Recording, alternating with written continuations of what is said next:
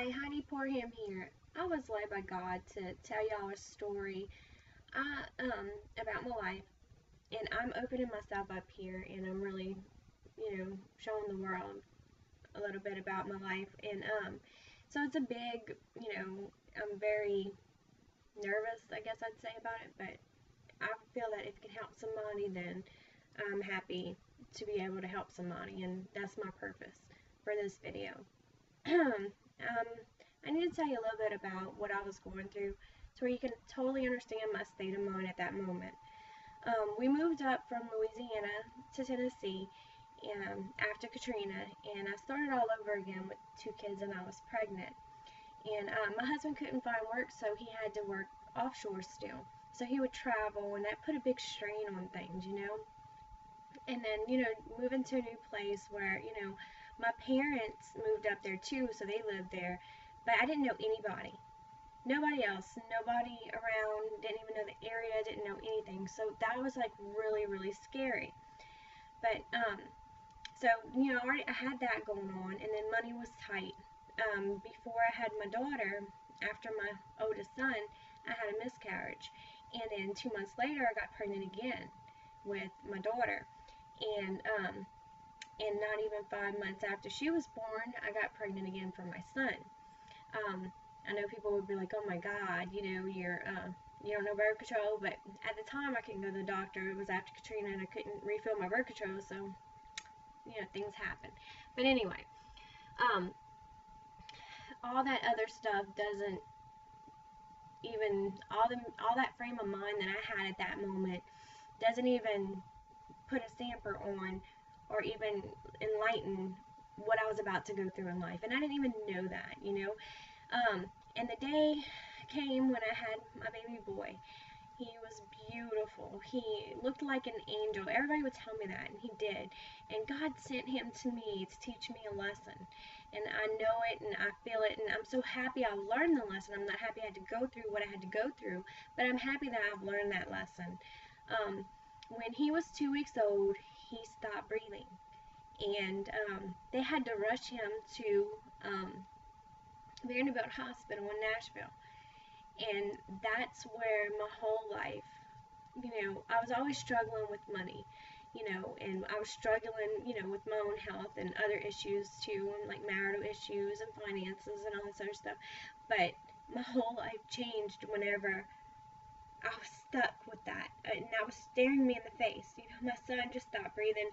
We got rushed to the hospital. We stayed at that hospital for 2 weeks, and after test after test after test, we found out that from his voice box, his bronchial tubes was deformed, and that he had an enlarged heart.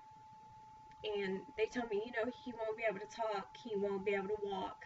It'd be too strenuous on his lungs.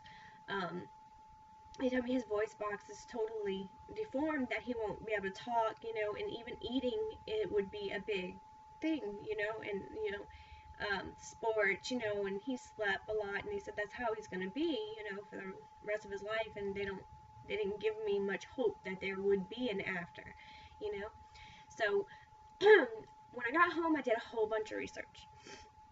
I researched different hospitals and, different surgeries that can be done. I researched all kinds of things and got with other mothers and stuff, and it was like a whole bunch of negativity. I couldn't even find anything that could motivate me.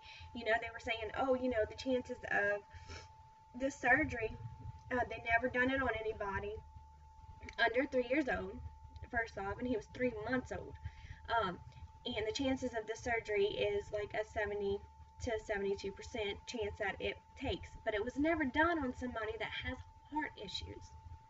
So, all these things was coming at me. People would send me articles and they were negative, and it's like, don't do that to me. Don't stop sending me negative stuff. And I just had negativity all the way around. And even going to the grocery store, I would have negativity. Like, I'd be going grocery shopping, and I have 3 children. And my husband works offshore, and he worked offshore a lot because we were paying, we had to pay all these medical bills. We had bills of our own. We had so much going on at that moment that he had to work his butt off, and I'm blessed that I have an awesome husband that done that. But because he had to do that, I was mostly by myself. with 3 children. And and that was really, really hard on me. But anyway, I'd be going in the store and people would see me all the time without my husband. So they would be like, oh, I could hear them talking behind my back. Oh, I bet you all them 3 kids are for different people, and I bet you they on food stamps, and da da da da. All these other things. That would get me so upset.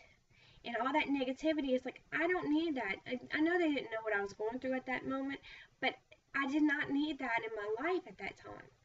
It was just oppressing and oppressing. And then, like, the worst day of my life happened.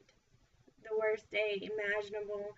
And it had to have been God to get me through that day, because I think that I went crazy if I didn't have God in my life. We were scheduled for a sleep study. To sleep study the week before, but we were scheduled for a swallow test that morning. And, I was packing up the kids, and usually a swallow test, it didn't last long. We already went through a couple of them, so I was like, okay, well, we'll be back home before noon. So I packed a couple of snacks. Take it, I had a 1-year-old, a newborn, and a 3-month-old, and a 6-year-old. So I packed, what I thought we could take from the house and stuff. We get over there. We end up staying there all day, and they were doing test after test, and I just had that sense about me, like, something's wrong, and I just felt, my heart was racing, and I was trying to, relate to, like, what could it be, and all kinds of negative things were going in my mind. I felt overwhelmed. Well, my daughter, she was starving by then, and my son, and so they were cranky and they were acting up, and they summoned me to go to this room, and I got in a room, and I noticed the other, he has different doctors for different things. I noticed all his doctors was in there, so I was like, everything in me, I knew something was wrong, and everything in me was like, no, no, no. That's all I kept telling myself, was no, no, no, like, this cannot be happening. No, please tell me something good, please, please. And I just kept crying out to God on the inside, and I was like, no. I had a cranky toddler, and my son was tired, and Toby, no, baby. And so I was like really, really overwhelmed. And like sitting there in that room with all them people, it was overwhelming. Like, it's a hard feeling. I cannot explain what I was feeling, because it was just so overwhelming. And then they had a team from Germany and some doctors, and I met some of them before, and they all sitting there, but just the look on their face gave it away. It's like, I know, but no, you know. So basically, they told me they couldn't do no more for him, and that only time will tell. But the chances of him living another month was very, very slim. And to be a mom and hearing them words is, oh, I couldn't even talk. I felt like a zombie. I couldn't move. I was like, no.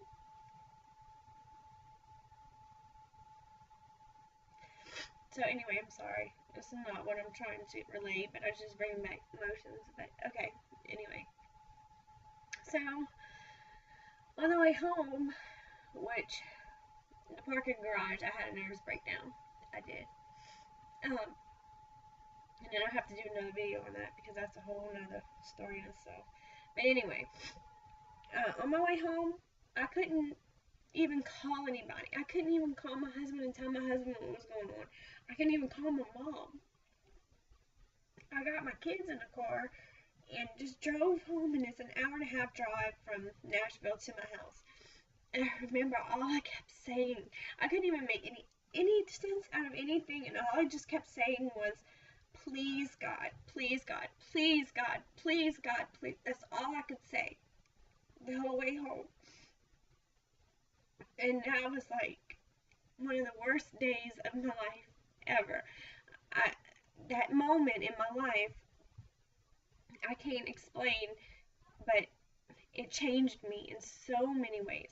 I ended up going, I got home, and after I got the babies to bed, I ended up sitting up and reading the Bible, and I said, God, I need you to change this.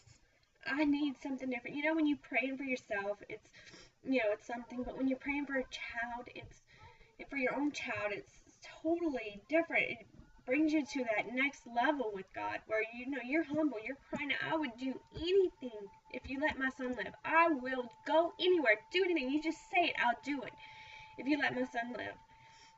And God just started bringing life into me, and then I started getting a peace, and I was like, why am I feeling this way? Look what I just went through. But he told me just to let go. He showed me that I needed to let go of all the negative. I needed to push that away.